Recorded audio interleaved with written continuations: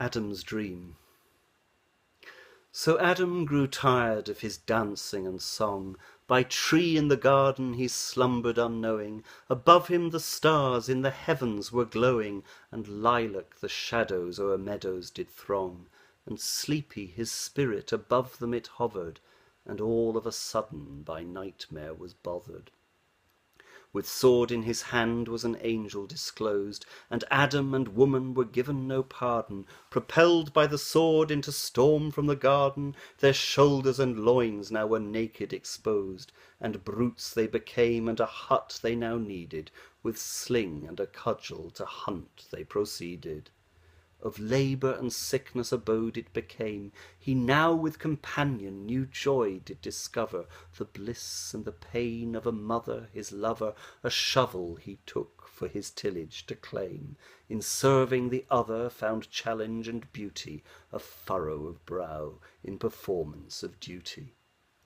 And so the new people a scowl wore on face, their eyes didn't shine, and 'twas seldom their laughter. The older son Cain wild boar he went after, and Abel to olives and honey gave chase. In service of elders were brothers found wanting, and Abel he angered his brother with flaunting. And Adam, bewildered, was witness to much. His soul was near buried by languid elation. In trustworthy ark did he seek his salvation, himself reinvented with stubborn stern touch, as ponderous ploughman and horseman and fighter, but God to the bounds of his vineyard held tighter.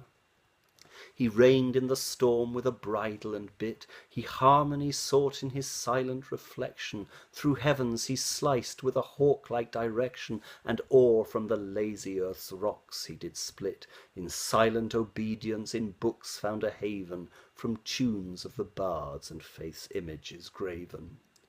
Descended the sylphs to the sorcerous nights, to Adam embrace on the springy green mosses, and offered their aid to avenge all his losses, those heavenly messengers, elements, sprites. To reef in the sunlight from chasm alarming, his boat was propelled by blue porpoises charming. He loved the diversion of reckless delight, to quest in the oceans for lands undiscovered, to tread in the clearings where wolves might have hovered, and into ravine peer from mountainous height, where even the goats from the narrow trails tumbled, and stuffy red roses at heavens they grumbled. He revelled in scraping of chisel on stone, from marble a block for some statues excising, the virginal cold of the pinkish sun rising, the delicate oval of young visage shone on tightened white canvases stroked by the sable, so brightly and radiantly spinning a fable.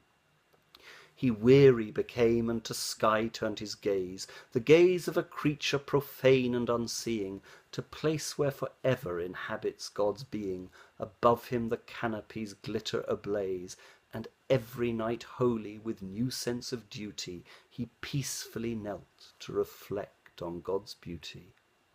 And always he waited for thoughts that were fresh, to pay him a visit from rosy-tinged distance, and with them like stars new sorrow's insistence on passions and thoughts yet unknown to his flesh, his failures in dreaming, creative mind's terror, foreboding the sense of his horrible error.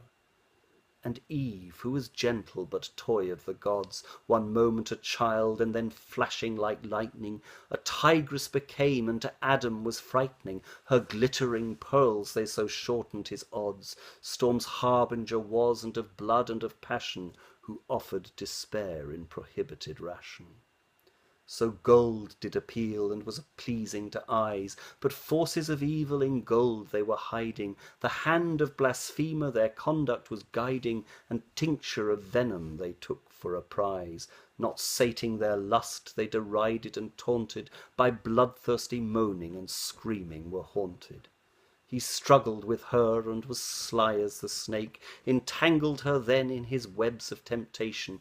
Behold, here is Eve, who has strumpet's vocation. Behold, here is Eve, see her holy eyes ache. Of moon and of earth at the same time the maiden, but everywhere always an alien, an alien.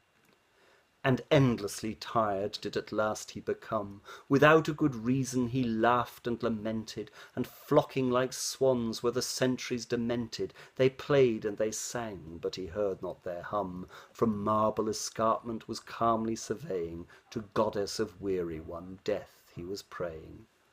O blessed one, hear of heart's terrible need, on steps of horizon and boundless earth's ocean, on sorrowing glow of my heart's dull emotion, pour deadly effusion in mercy I plead. Enough of this struggle with madness's thrashes, from ashes I came, and return I'll to ashes.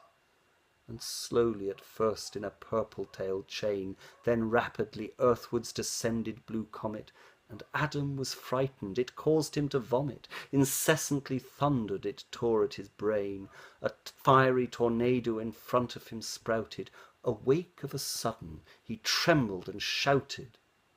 The Tigris was glinting and foaming to right, and emerald Euphrates to left did it glimmer, the valley embraced with its silvery shimmer, and shady the shallows enticed his delight. And from the spring garden Eve called, you were very asleep, but you've wakened. I'm merry, I'm merry.